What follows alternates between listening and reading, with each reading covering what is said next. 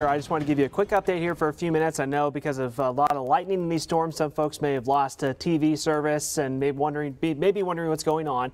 Once again, as I've been talking about on air here over the last few hours, these storms rolling through are not severe, but they sure as heck are extremely noisy. Look at all the lightning strikes we've had. Now, the good news is I've seen the lightning numbers going down a little bit, but still seeing about 200 lightning strikes with these storms on the east side and northeast sides of the Tulsa Metro. And you can see in motion here, these storms are going off to the northeast at a fairly quick clip at about 35 miles an hour. So the good news is these storms are not the very, very slow movers that we've had over the past several days. So there'll be extremely heavy rains, but it won't linger for an extremely long time. But man, they are very, very noisy in the areas where they are ongoing. The leading edge right now is now extending northeast of Tulsa from Foyle, Uga Lake down coming up on Pryor here over the next few minutes. And that leading edge will be heading northeast.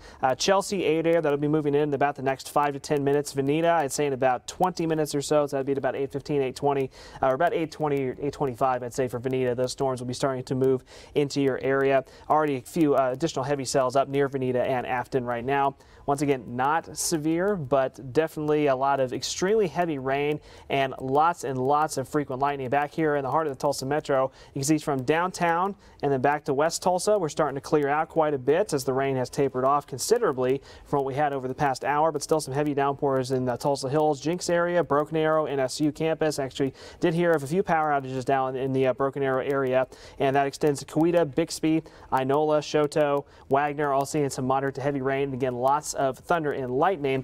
And the rainfall rates has been one of the main things here that have been extremely heavy. What I'm looking at here, showing you here, this is the 1 hour rainfall rates. That means if it rained at this intensity, that heaviest intensity for a full hour, you could expect to pick up almost this much rain. We've been seeing 1 hour rainfall rates of 4 to 5 inches in locations, which is very, very heavy rainfall, torrential, almost blinding rainfall at times. Again, it's not raining at that intensity for a solid hour, so you're not going to pick up 4 to 5 inches of rain. But we're seeing a very quick, at least inch, if not 1 to 1.5 inches of rain under this heaviest downpour, again, that continues to move off to the east, or excuse me, to the northeast about 35 miles an hour. A quick view to the north. If you're north of Tulsa, northwest of Tulsa, some nice moderate to occasionally heavy rains across all of Osage County. That's moving up into southeast Kansas, up into Washington and Craig and Nowata counties as well. Southeast Kansas as well, also getting some heavy downpours. 31st and Yale closed due to high water, multiple vehicles stuck in water. Okay, and actually just talking to our assignment desk folks right now, 31st and, you said Yale? 31st and Yale is closed down right now because we've got some folks stuck in high water there. So again, the rainfall rates have been extremely heavy. They were too heavy for storm drains and things to handle. So that means there are going to be some areas of flooding this morning. So again, that's 31st and Yale here in Tulsa. We've just been told is closed down for the time being with some flooded roads, some cars getting stuck in the roadway there. Just wanted to point out really quickly for you folks in southeast Oklahoma, you're wondering where the rain is. Well, there's not much if you're from along and south of I-40. It's just spotty activity in our southern counties. A few moderate downpours right now near Shakota and Eufaula, a couple of light cells near McAllister. But again, this is nowhere near the intensity or near as heavy or widespread as what we have in northeast Oklahoma. So the heaviest rains generally are going to continue from I-40 to the north this morning, and particularly from I-44 to the north across northeast Oklahoma. Southeast Oklahoma, just spottier activity. I'll put this in motion for you one more time just so you can see the movement off to the northeast is about 35 miles an hour.